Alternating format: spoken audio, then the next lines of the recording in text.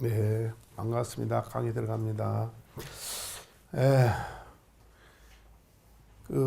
달마대사는 인도 천축국 분인데 중국에 오셔가지고 그 해가 스님하고 문답이 유명하죠. 그거 보면은 그 해가가 이제 그때는 신광이었죠. 신광이 달마대사한테 묻기를 제 마음이 불안합니다. 그러니까 달마대사가 그래 그러면 그 불안한 마음을 가져와 봐라. 그 한참 생각해보고 멱심불가득 마음을 찾아봐도 얻을 수가 없습니다. 그러니까는 그 달마대사가 내가 네 마음을 편안하게 해줬노라. 그게 이제 안심법무의 시작이죠. 이해하셨죠? 그 마음이라는 건 찾아봐도 없다는 거예요. 다시 말해서 마음이라는 것은 우리가 늘 지니고 살고 있고 항상 같이 하고 있지만은 그건 형상이었기 때문에 어떤 이런 연필처럼 끄집어내 가지고 보여줄 수가 없는 것이 바로 마음이다. 그래서 우리는 그 마음이 실체 없음 그거에 대해서 여러분들이 항상 마음속에 이렇게 자각을 하고 지니고 산다면은 어떤 경계가 올지라도 그 마음을 이렇게 움직이지 않으면 이제 그 훌륭한 불자가 되는 겁니다. 그래서 이제 그 안신법문이 됐고, 제가 지난 시간에 강조했듯이 이 불교의 법문의 그 지향점은 어디냐? 바로 여러분들 안에 부처가 있다는 거. 그러니까 그 부처를 여러분들이 자각하고, 그래서 여러분들이 항상 마음을 현재 생활 속에서 편안하게 하는 것. 그것이 바로 이제 몸을 편안히 하는 것보다는 마음이 편안한 것이 중요하다. 그래서 이제 안심법문이라고 하고 그것을 그 안심인명이다 그래요. 마음을 편안하게 하는 것이야말로 내가 정말로 살 길이다. 인명이란 명을 세운다. 그래서 살 길이다 이런 거지. 쉽게 말하면 살 길이다. 그런 게 여러분들 지향점, 불교의 지향점은 거기 있다는 거지. 어디 뭐 밖에 있는 부처를 찾는 것도 아니고 밖에 있는 극락이나 천당이나 진리나 행복을 찾는 그런 종교가 아니라 항상 이 마음을 어떻게 편안하게 해탈과 열반의 상태로 이끌 것인가. 그걸 이름하여 안심이라고 한다. 그래서 이제 하고 삼조 승찬 스님은 여러분들이 잘 아시지만은 해가슴의 뒤를 이어서 신신명이라고 하는 또 그 책을 지었죠. 그 너무나 유명한 거예요. 지도는 문안이나 유념 간택이니 단막 증의하면은 통령 명백하리라 그래요. 지극한 도는 어려움이 없다. 예? 그래. 우리가 지금 현재 마음을 간택하지만 하면 돼. 좋다, 나쁘다, 싫다, 그러다 이런 식으로 자꾸 분별해서 거기에 우리가 색깔을 진하게 찍으면 찍을수록 그게 이제 나한테는 괴로움이 오는 거지. 다시 말하면은 내 마음을 진하게 갖다고 하는 것은 내 마음이 그 대상을 제대로 이해를 못하고 있고 내 마음의 본질도 제대로 알고 있지 못한다고 하는데 이게 기인하는 거예요. 그러면은 우리는 내 자신을 어떻게 바라볼 것인가? 나라고 하는 것은 몸과 마음이라는 것은 모두 오온이 공하다. 이렇게 비추어 보는 거. 그게 이제 우리 불교에서는 반야라고 하고 반야신경이 여러분들 매일같이 그 애우고 있는 부분이잖아요. 그걸 여러분들이 아시면은 이제 그 경계에 너무 지나치게 마음을 진하게 찍는 거, 색깔을 입히는 거. 이것은 우리 불자들에게는 금기시될 상황이다. 그 다음에 사조 도신 스님은 수일불이라고 그래가지고 하나를 잘 지켜야 된다. 그 하나는 뭐냐? 우리 마음이야. 근데 마음도 이제 그냥 중생심도 있고 불심도 있는데 여기서 마음이라고 하는 것은 청정한 마음을 마음이라고 한다. 그렇게 보시면 되겠어요. 마음이 청정한 자리. 다시 말하면 마음은 실체 없음이라고 말했죠. 실체 없음에 대해서 여러분들이 능히 마음속에 잘 간직하고 그대로 살면 되는 거예요. 실체 없는 것이 평상심이고 그것이 도고 그게 다른 말로 하면은 그것이 해탈이고 열반이고 그렇다 이거예요.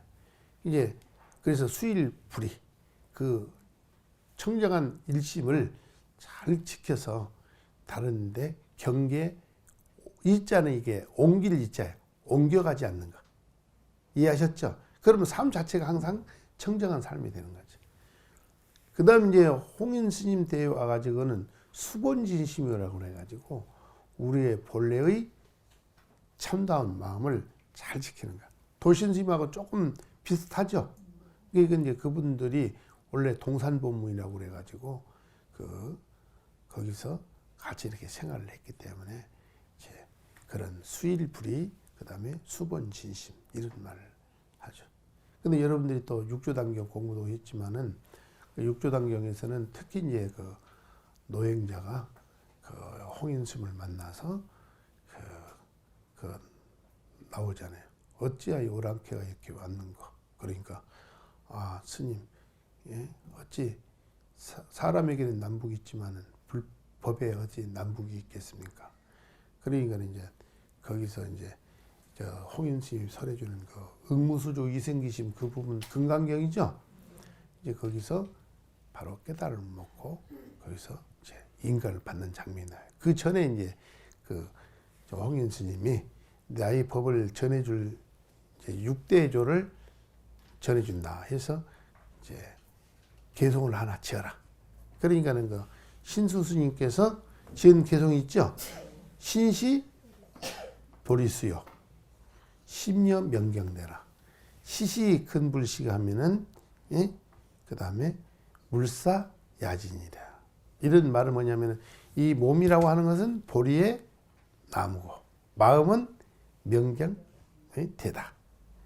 근데 때때로 이것을 부지런히 털고 닦으면은 그 다음에는 그래서 이 때가 그 마음에 끼지 못하게 해야 된다. 그래서 여기서만 시시근불식이라고 하는 것이 점수적인 게 점수 방법이 있어서 돈법하고는 안 맞다. 특히 이제 우리 육조 스님은 동교법문이라고 그래요. 동교 최상승법. 이해하셨죠? 근데 이제 이것과는 맞지 않다고 그래서 후대에 신수 스님은 정법제대가 아니다. 이렇게 말을 하고 거기에 대해서 이제 신수 스님이 그런 개송을 지었는데 노행자는 자기도 이제 개송을 짓겠다. 그래서 이제 지은 개송이 보리 법무수. 보리라고 하는 것은 나무가 없다. 보리. 다시 말해서 보리라고 하는 그 속에 나무라고 하는 것도 세울 게 없다는 거예요. 나무를 세워도 그것도 하나의 세우는 거잖아요. 근데 대부분 사람들이 종교나 사람이나 모든 사람들이 뭘 세워. 내가 있다는 걸 세우고, 또 어떤 절대자가 있다고 하는 걸 세우고, 또 부처가 있다고 하는 걸 세우고. 그게 전부 보면은 이건 상이야. 상. 불교만이 결국은 무아를 말씀하시잖아요. 불법의 그 핵심은 무아예요. 무아설. 그래서 이 나라고 하는 것, 우리가 살고 있는 세계는 알고 보면은 실체가 없다는 거예요. 실체가. 또 마음은 명경대라고 할 때 그런 건 명경역비대라고 이제 노행자는 그렇게 시를 써서 명경이라고 하는 걸 우리 마음을 말하는 거예요. 마음이라고 하는데 무슨 거기에 대가 있고 대가 없고 그렇게 말을 하는 거냐. 그래도 대라고 하는 것도 하나의 찌꺼리야. 나무를 세운 것도 상이고 대를 세운 것도 상이고 그렇잖아요. 그래서 명경에는 본래 우리 마음 자리는 대도 없고 나무도 없고 육조단경에는 본래 무일물 그런 말도 있고 도랑봉 같은 데 보면은 불성 상청정 이런 말이 있어요. 불성이라고 하는 것은 항상 청정하다. 근데 이제 그 말과 불성 상청정이나 본래 무일물이나 원래 그건 똑같은 거예요. 이해하셨어요?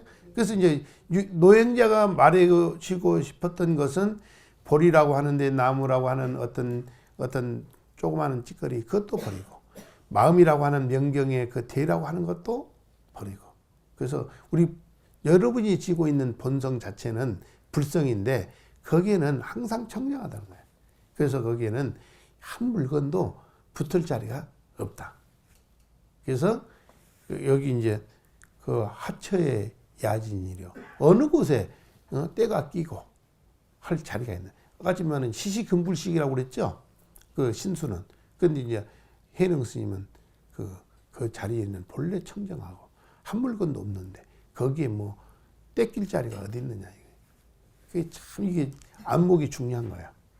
알고 보면은 조그마한 그 간격이야. 이해하셨죠?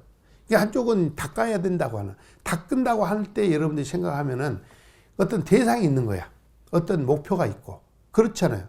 닦은다면 어떤 무슨 대상이 있기 때문에 닦아야 된다고 생각을 하지. 근데 우리 육조해능 스님은 그 대상마저 없는 거예요. 닦아야 할 대상도 없고, 본래 공하니까. 그래서 여러분들 잘 아시지만은 이제 구경무화분이 있잖아요. 금강경에.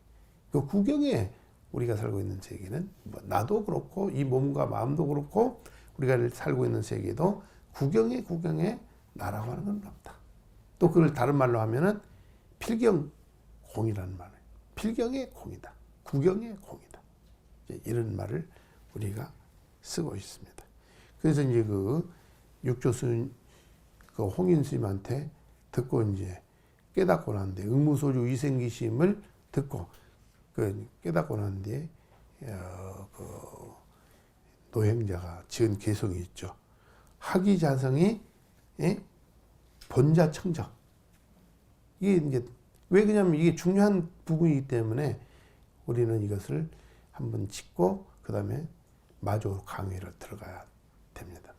근데 왜 그러냐면 해능 스님은 예전에 뭐 달마로부터 뭐 승찬, 도신, 홍인 때까지는 이제 선불교가 단지 그냥 이렇게 명맥만 이렇게 유지해 온 거야. 근데 육조 해능 스님 때 와가지고 특히 이제 육조단경이라고 하는 것이 이렇게 그 해능 스님에 의해서 법이 설해지고 그래서 이제 이게 경전으로 부처님과 버금가는 경전이 됐잖아요. 그래서 선불교의 최고봉이 육조단경이에요. 우리 소르종사에서도 몇 번 이게 육조단경 강의를 해왔습니다만은 그 깨달음의 개성을 이제 짓죠. 해능이. 그게 뭐냐면은 학이자성이 본자청정, 학이자성이 본 불생멸, 학이자성이 본자구조, 학이자성이 본무동료, 학이자성이 능생만법. 이 5가지 주제야. 그게 뭐냐면은 여기는 본래부터 우리 본성 자체가 청정했다는 거예요. 청정하다. 그럼 청정하다는 건 다른 말로 하면 뭐라고? 그걸 공이지만은 거기다가 청정, 불도 붙이는 거예요. 청정이 불이고 불이 청정이에요. 여러분들이 청정법신 비로자나불 그리하죠? 그러면은 그 비로자나불이 청정이고 청정이 비로자나불이야. 법신이 바로 청정이고 청정이 법신이야. 그런 것처럼 근데 그 뭐 비로자나불만 그러나 우리 석가모니 부처님만 그러나 그게 아니고 여러분들의 본성도 본래 청정하다는 거기 아무 문제가 없다는 거야. 근데 문제 없는데 그 청정한 자리를 우리는 자각하지 못하고 자꾸 살면서 경계에 끄달리고 경계의 마음을 자꾸 얹혀가지고 점을 찍는 거지. 또 색깔을 입히는 거지. 그래가지고는 거기에 뭐 선악, 시비, 증회, 뭐 단상, 온갖 생각, 분별심을 얹히니까 우리 중생이 괴로움을 받는다. 지난 시간에 우리 심지 본문을 말씀드렸잖아요. 그래서 심지는 본래 청정한데 이게 한다는 거예요. 또 그 다음에 이제 거기 모든 곳이 거기에 생멸이 끊어진 자리야.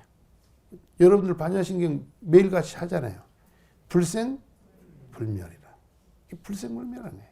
그래서 우리 존재는 영원한 존재야. 우리의 존재는 영원한 존재야. 우리 본성은, 우리 몸은 이게 그 시절 인연 따라서 소멸될 수 있지만 우리가 지니고 있는 이 불성이라고 하는 것은 이제 이것은 생멸이 끊어진 자리야. 이게 태어나지도 않고 죽지도 않는 거예요. 그러면 그런 거예요. 부처님께서 그 보드가에서 이제 붓다가에서 성불을 하고 성불을 하셨잖아요.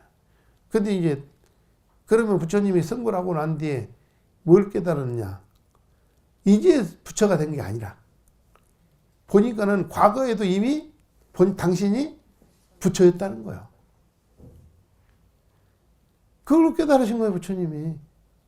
그러니까는 부처님이 뭐 붓다가에서 뭐 오랜 수행을 통해서 삼아아성직업을 수행해가지고 성불을 하셨다고 하는데, 그 보니까는 옛날에 중생이라고 여겼던 옛날부터 무량겁으로부터 내가 본래 부처였는데, 그건 우리는 단지 그걸 자각만 못하고 사는 거예요.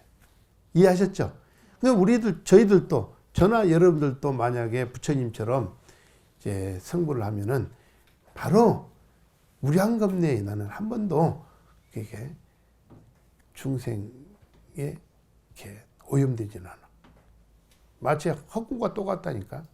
허공에 구름이 왔다 갔다 하지만은 거기에 생사도 있고 시비도 있고 선악도 있고 분별도 있고 온갖 갈등도 있고 고통도 있지만은 허공은 본래 그 자체가 비어 있잖아요.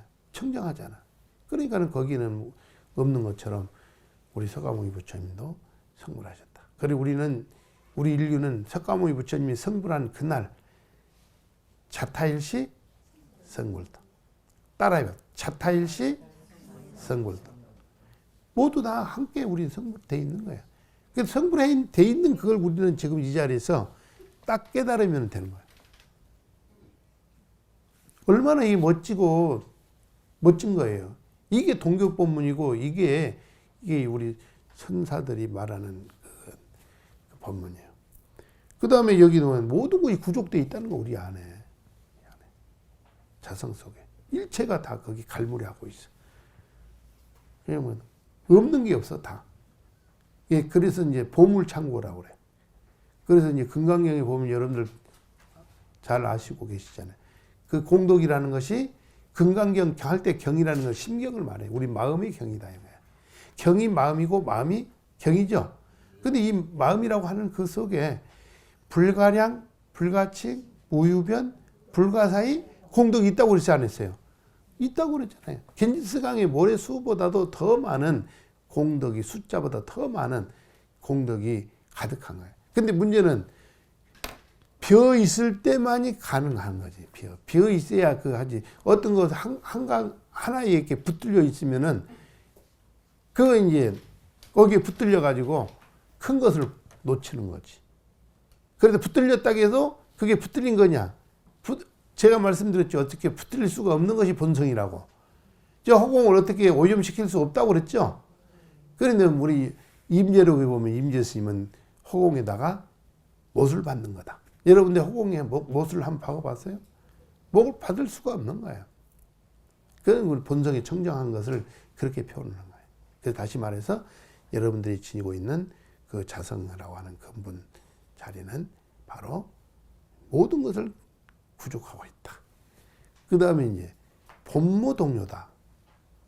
우리 자성 속에 동료가 없었어. 근데 여러분들 동료가 있었어요? 동료가 많이 있었구만. 있었지. 있는 것 같이 보이지만은 실제로는 없었다는 거야. 이게 멋진 말이야. 우리는 여태까지 중생들은 하루 종일도 생각이 뭐 수천만 가지 계속 일어났다 사라지고 일어났다 사라지만 본성 자리에서 보니까 본각의 자리에서 보니까 그게 동료가 없었다는 거예요. 그러면 동료가 있어가지고 그냥 갔다면은 다시 지금 이 자리에 안 있어야 돼. 근데 예전에 뭐 좋은 생각도 일으켰고 나쁜 생각도 일으켰고 슬픈 생각, 기쁜 생각, 다양한 생각, 온갖 분별심이 그냥 그렇게 일어났지만은 우리 본성이 원래 그게 흔들림이 없었다는 거예요. 이게 그런 것이고. 그래서 그 자성 속에서 이제 우리 그 아까 지금 심지법이라고 그랬잖아요. 땅은 모든 만물을 길러내지만은 또 그 만물은 또 우리 마음이 만들어내는 거예요. 그래 비유했듯이 우리 마음 속에 일체 모든 우주가 다 돼 있어. 그래서 여기 그 주제를 썼잖아요. 마음은 부처요 우주다. 그래 써놨죠? 마음이 바로 부처고 바로 우주야. 거기 속에 모든 것이 다 갈무리되어 있다는 거예요. 능생만법. 그래서 이제 그게 바로 노행자, 해능 스님이 깨달은 노래라고 그렇게 말을 할 수가 있습니다. 재밌죠? 참 재밌는 거예요. 불교 알고 보면 참 재미있어. 그래서 이제 뭐 신수 스님은 이제 북쪽에서 특히 뭐 장안이라든지 낙양, 양안에 그래서 이제 그 국사를 지낸 분이고 그런데 그분은 아주 점수적인 방법. 그렇게 특히 이제 응심입정이라고 그래가지고 어떤 마음을 모아가지고 선정이 된다. 이게 문제는 마음을 모아서 선정이 된다고 하는 것은 마음이 어떤 실체가 있는 걸로 보는 거지. 해능 스님처럼 전혀 거기 본래 한 물건도 없다. 이렇게 투철하게 보면 이게 학철대오가 되는데 응심 마음을 모아가지고 선정에 들고 무엇을 수행을 해가지고 뭘 이루고 하는 것은 마음이라고 하는 것이 하나의 존재로서 있다 이렇게 보는 것이죠. 또 그다음에 주심간정이라고 그래가지고 마음을 머물러서 청정한 것을 본다. 또 그다음에 기심매조라고 그러는 말이 있어요. 마음을 일으켜 가지고 밖으로 비춘다. 그다음에 섭심내조라고 그래요. 마음을 거둔다. 여기서 말하는 뭐 응심, 주심, 그다음에 기심, 섭심 이런 것들은 그 이면에 보면은 마음이라고 하는 실체를 이렇게 놓는 거예요. 그리고 이제 그러기 때문에 이제 마음을 머물러야 되고 거두어들여야 되고 모아야 되고 또 마음을 일으켜야 되고 이런 식으로 설명을 하는 거예요. 그게 알고 보면은 조금 뭔가 이렇게 한 터럭 부족해. 신스스님. 근데 우리 육조 스님은 그런 걸 깡그리 싹 다 털어내는 거지. 그래서 이제 우리 육조 해능 스님이 오조 홍윤 스님한테 법을 받고 이제 나중에 이제 강주라는 법성사라고 하는 말이 있어요. 법성사.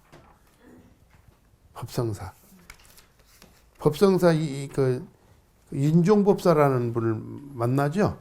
그래가지고는 이제 법성사에 갔는데 거기 오랫동안 이제 16년인가 그 사냥들 따라하면 수고했다가 바람이 이렇게 부니까 불교기가 펄럭거리니까 한 스님은 깃발이 움직인다. 한 스님은 마음이 움직인다. 이렇게 나오죠. 그게 서로 이제 논쟁이 벌어졌는데 그때 이제 육조 해능 스님이 나타나가지고 바람이 움직이는 것도 아니고 깃대가 움직이는 것도 아니고 그대의 마음이 움직인다. 이런 말을 하죠. 그러니까 이제 그 인종법사가 그때 그게 큰 스님이었는데 이분이 보통 분이 아니구나. 그래서 오조 홍윤 스님 법이 남쪽으로 내려왔다는데 혹시 우리 지금 인자께서 혹시 육조 해능 스님이 아닙니까? 하니까 맞다고. 그래서 그때 이제 말을 한 거죠. 그러면서 이제 그 인종법사가 저에게 좀 가르쳐 줄 게 없습니까? 이렇게 묻죠. 그러니까는 그 육조 스님이 말을 하기를 내가 가르쳐 줄 만한 것은 없다 사실. 다만 견성만을 말할 뿐 거기에 뭐 선정과 해탈을 말하지 않는다. 그러니까 어찌 우리 불교는 그 선정 해탈 그걸 말하는데 왜 스님은 그런 말씀하십니까? 하니까는 육조 해능 스님이 말하기를 해탈과 선정을 논하는 것은 이것은 이법이다. 그렇기 때문에 이법은 불법이 아니다. 이렇게 이제 말을 하면서 그렇게 합니다. 그래서 견성하면은 사실을 알고 보면 육조 스님의 말씀 중에는 그걸 뭐 선정과 해탈을 부정하는 말이 아니라 사실은 뭐냐면은 견성하면은 그 속에 선정이 같이 있고 해탈이 같이 온다는 거예요. 이해하셨어요? 견성이란 깨달음인데 우리 성품을 보기만 하면 그 속에 선정도 같이 따라오고 해탈도 같이 따라오고 그런데 어떤 분들은 선정 따로 해탈 따로 또 뭐 선정 따로, 지혜 따로 이렇게 이제 구분을 해서 하면은 이것은 이법이 되고 이법은 불법이 아니다. 그래서 인정법사가 이제 그렇게 말을 하는 겁니다. 그래 이제 뭐 오조 홍인스님하고 또 이제 그 육조 해능스님 뒤에 이제 오신 분이 뭐 남학 해양스님이라고 계셔요. 남학 해양스님. 이 남학은 이 형산이라고 하는 데인데 거기에는 이제 반야사에서 이제 그 마조 스님하고 남학 해양 스님 만나는데 그 이전에 육조 스님을 이제 만나요. 그래가지고는 원래는 이제 숭산에 해안 스님이라고 하는 분이 계셨어요. 해안 스님. 해안 스님은 해능 스님보다도 더 선배고 홍인 스님 제자는 맞는데 그 해능 스님보다도 선배고 신수 스님보다 선배는 신수 스님의 사형인데 홍인 스님 제자 중에서도 아주 법이 높았던 분이에요.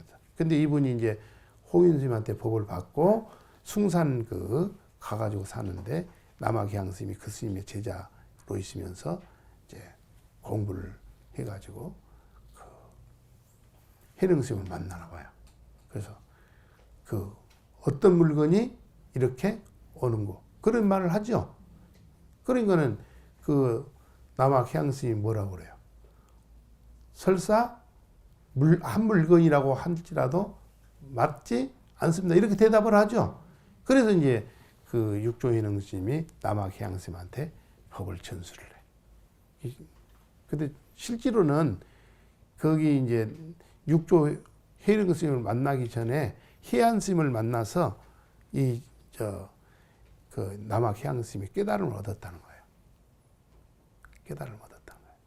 그러니 이제 지금 육조해능 스님이 그때 당시에는 워낙 그냥 그 명성이 자제하고 법력이 뛰어나니까 또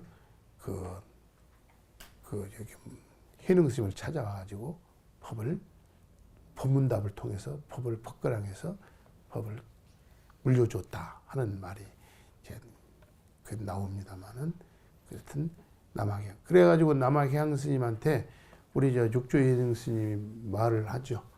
네 발밑에 말 한마디가 나와서 천하의 모든 사람을 전부 밟아 죽이리라. 그게 이제 달마대사의 스승이 바냐다라야. 인도에. 아셨죠? 그게 바냐다라가 그 달마대사한테 예언을 한 거야.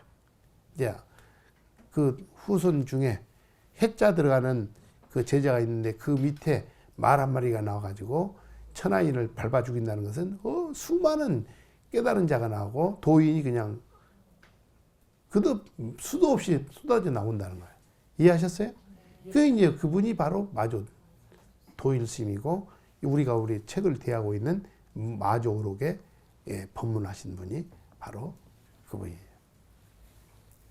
되겠죠. 이게 그 마조 오록은 있지 않습니까? 이게 문답식이야 서로. 문답하는 속에 이렇게 있는 거예요. 그러니까는 사실 재밌어. 다른 책들은 이렇게 문답이 없이 그냥 법문으로 가면은 생동감이 없잖아요. 그렇죠? 근데 이 마조록은 그냥 생동감 있는 책이 되겠습니다. 그리고 이제 그 육조단경에서는 일행삼매를 말씀하죠. 또 육조단경에서는 일행삼매는 예전에는 상당히 그 어떤 법문 자체가 우리 생활과 좀 괴리된 부분이 있었어요. 근데 육조해능 스님이 되어 가지고는 일행삼매, 우리 생활 속에서 삼매를 행하면 된다. 그래서 이제 육조 단계의 근본은 무념 이종, 그 다음에 무상 이체, 그 다음에 무주 이본 이런 말을 하죠. 이게 무념이 중요한 거예요. 이게 무념이 된다고 하는 것은 왜 여러분들이 무념이 되겠어요? 여러분들이 살면서 무념이 될 수 있어요? 없어요? 다 무념이지. 제가 질문하고 제가 답하는 거야. 원래 다 무념이야, 알고 보면. 근데 여러분, 제가 말씀드렸잖아요. 아무리 내가 생각을 얹히고, 거기 여러 가지 선악, 미추, 시비, 분별심이 일어나도 원래 본래 자리로 돌아가게 돼 있어. 저 허공처럼 구름이 왔다 갔다 해도 항상 허공은 비어 있잖아. 그런 것처럼 본성도 본래 청정하다니까. 근데 이제 거기 이제 무념이라고 하는 그 의미는 왜 무념이겠느냐? 나를 제대로 아는 거예요. 불교는 항상 나를 제대로 보는 거예요. 나를 깨닫는 게 불교예요. 나라고 하는 것은 이 몸과 마음으로 이루어졌죠. 또 그 다음에 내가 살고 있는 세계를 깨닫는 거예요. 그래서 그걸 우리 불교에서는 오온이라고 하고 사대라고 말을 해요. 왜 오온이냐 사대라고 하는 그런 말을 자꾸 쓰느냐 하면은 불교에서 이게 집착을 하기 때문에 이 몸이 내라고 생각하기 때문에 그게 어리석음이지. 무명이라는 게 다른 게 어리석은 게 아니라 이게 오온으로 된 이것을 가지고 나라고 자신상을 삼아서 그것을 잘못 인식하니까 그게 윤회의 근본이 되고 그렇다는 거예요.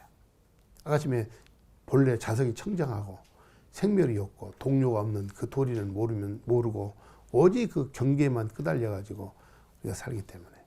그런데 문제는 여기서 무념이라고 할 때 무념은 나의 몸과 마음과 나 자신이라고 하는 것은 본래 비어 있다는 거예요. 그게 본질이요. 이해하셨어요? 그렇기 때문에 그 생각을 얹히겠어, 안 얹히겠어? 거기에 생각을 안 얹히지. 그걸 안 얹히는 것을 이름하여 뭐라고 하냐면은 그걸 무념이라고 하는 거예요. 경계를 대도 경계에 내가 마음이 끄달려 간다, 안 간다? 안 간다. 그러니까 무념이지. 항상 마음이 동료가 없어. 다시 말해 본래 청정한 그 자리를 늘 생활 속에 잘 지키고 산다 하는 것이 무념이야. 또 무상이라고 그러죠. 무상. 무상이체라는 것은 형상이 없다는 거예요. 이게 형상. 자, 그러면 우리는 오늘 저기 그 11쪽을 한번 펴봅시다.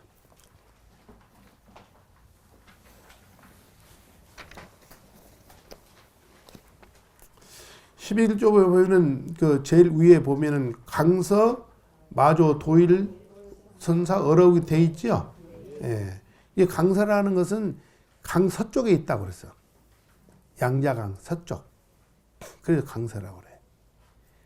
또 이제 그러니까 이분은 저쪽에 원래 출생이 총나라 있잖아요. 성도 그쪽 출신이야. 이분이. 그 중국에 예전에 삼국지 있죠? 그 삼국지 뭐 이나라, 오나라, 총나라. 총나라는 저기 서쪽에 있고 이제 그 유비 제갈량이 그 활동했던 성도라고 하는 곳이 있는데 거기 태생이야. 그래서 이제 마조다 그래 마조. 이름은 이제 도일이고 선사 어록이다. 이 마조 스님은 이제 비지 쌍운이라고 그래. 비지라는 중생 자비심이 많다는 거야. 비지가. 그러니까 어떤 누구든지 그냥 구제하려고 항상 준비가 돼 있는 분이야. 이 우리 마조 스님은 내가 마조를 있다 보니까 그냥 생각이 어디가 있냐면은 어떻게 하면은 더 중생을 구제할 건가 이 생각이 아주 강하신 분이야. 그리고 또 이제 뭐냐면은 지는 뭐예요?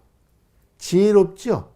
깨달음이 있어요. 그러니까는 우리 이제 늘 우리가 쓰는 말이 상구보리 화화 중생 그러죠? 그게 이 마조 스님은 그 보리심, 깨달음도 출중하시고, 그 다음에 중생 제도하는데도 항상 관심이 거기 있으니까 거기에도 출중하신 분이 바로 마조 스님이에요. 그러면 이제 행록이라고 하는 봅시다. 첫 장 큰 주제에 이제 행록이라고 돼 있죠? 행록. 당신이 살아온 과정을 이렇게 서술하는 거예요. 거기 보면은 첫 번째 대목이 있죠? 이제 출가가 있죠, 출가. 출가. 그 밑에를 한번 읽어보도록 하겠습니다. 그 번역된 게 있죠? 강서 시방의 도일 선사는 한주 시박연 사람이다. 성은 마시고 그 마을에 있는 나한사에 출가하였다. 용모가 기하여 걸음거리는 소와 같았고 눈초리는 호랑이 같았으며 혀를 내밀면 코끝을 지나고 발바닥에는 2개의 문이 있었다.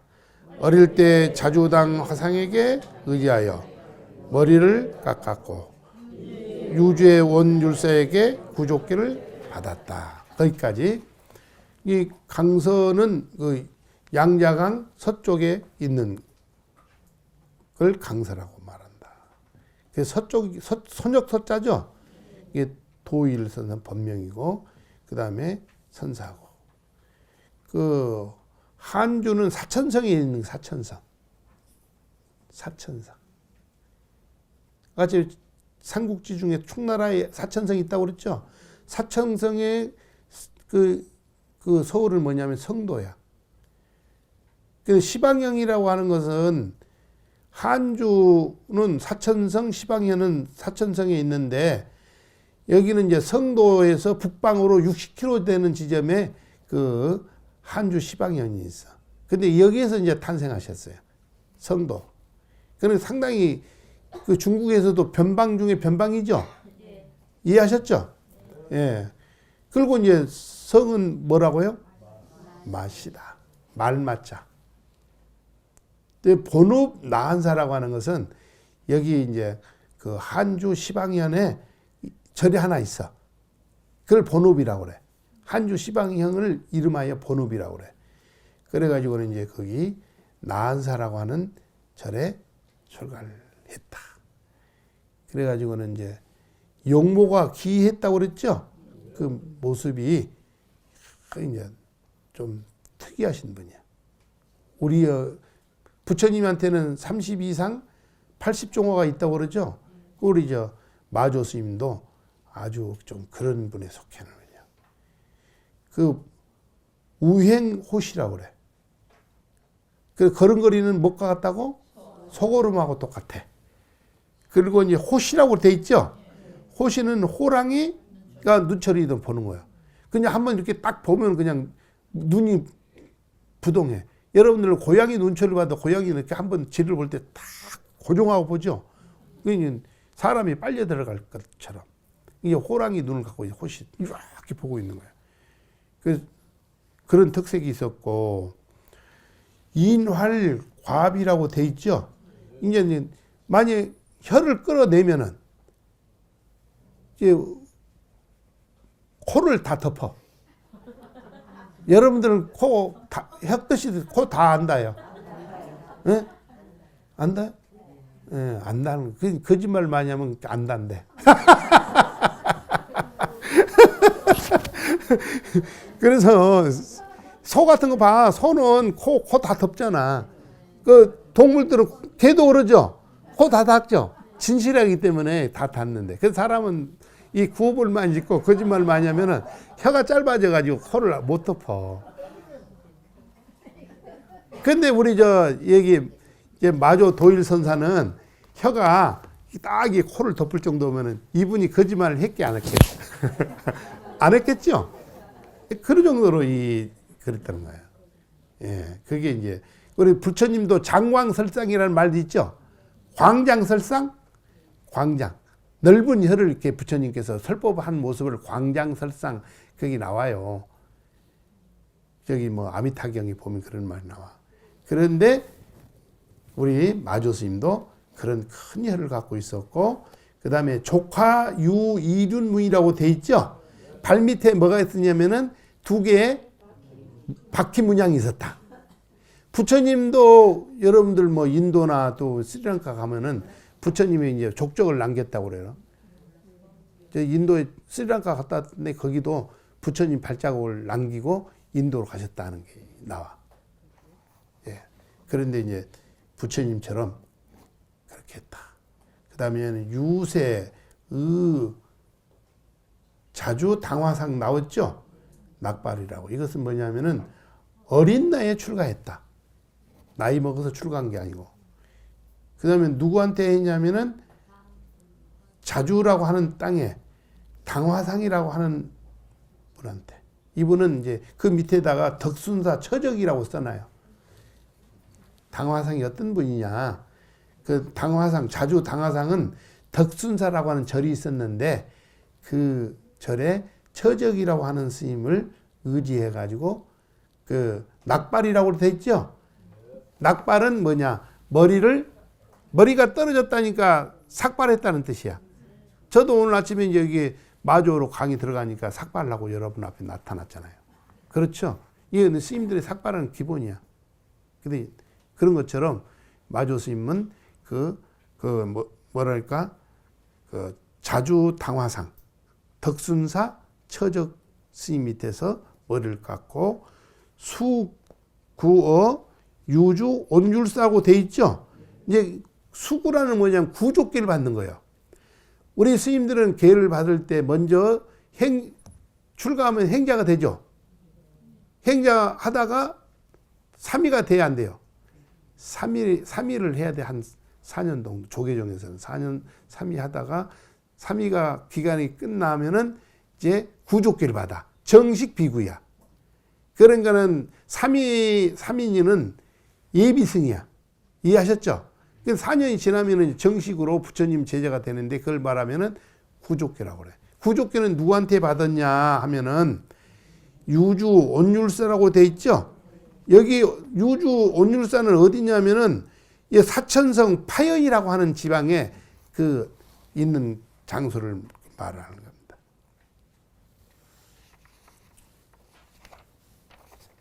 받았다. 그렇습니다. 그래서 이제 우리 마조 스님은 자비와 지혜가 항상 이렇게 출중하시고, 그 다음에 여기도 말하는, 우보 호시, 호랑이 걸음, 아니, 소의 걸음, 그 다음에 호랑이 눈초리, 그 다음에 혀가 코를 덮고, 발 밑에는 2가지 문양이 있다고 그랬죠? 그러니까 이거는 부처님의 32상 80종 중에 몇 가지는 지금 마조 스님이 들어가는 거예요. 그래서 마조 스님이 굉장하신 분이야, 이분이. 또 신통력도 있으셔요. 그래서 이제 그렇게 하셨다. 그래서 다음 시간에 우리가 이제 강의 들어가지만은 마조 스님께서 이제 형산 남학이라고 하는 반야사에서 자선할 때 이제 우리 해양 스님을 만나요. 아침에 육조 스님한테 가가지고 육조 스님한테 육조 스님 묻기를 어떤 물건이 이렇게 오는고 하니까 설사 한 물건이라 해도 맞지 않습니다. 이렇게 말을 했죠. 그래서 안 했어요. 그런데 이제 그러는데 이제 거기서 깨달음을 인가를 받고 남학이라고 하는 그건 형산인데 형산의 반야사에서 이제 해양 스님이 계신데요. 그때 마조가 이제 거기 온 거야. 그래가지고는 반야사 뒤에서 이제 법당에서 참선을 하고 있어. 그래가지고 참선을 하고 있으니까 남학 해양 스님이 전이라고 그래. 기아전자인데 벽돌을 갖다가 이렇게 갈고 있어. 근데 그런 부분은 마조의 마전이라고 그래가지고 다음 시간에 여러분들하고 강의를 하도록 하겠습니다.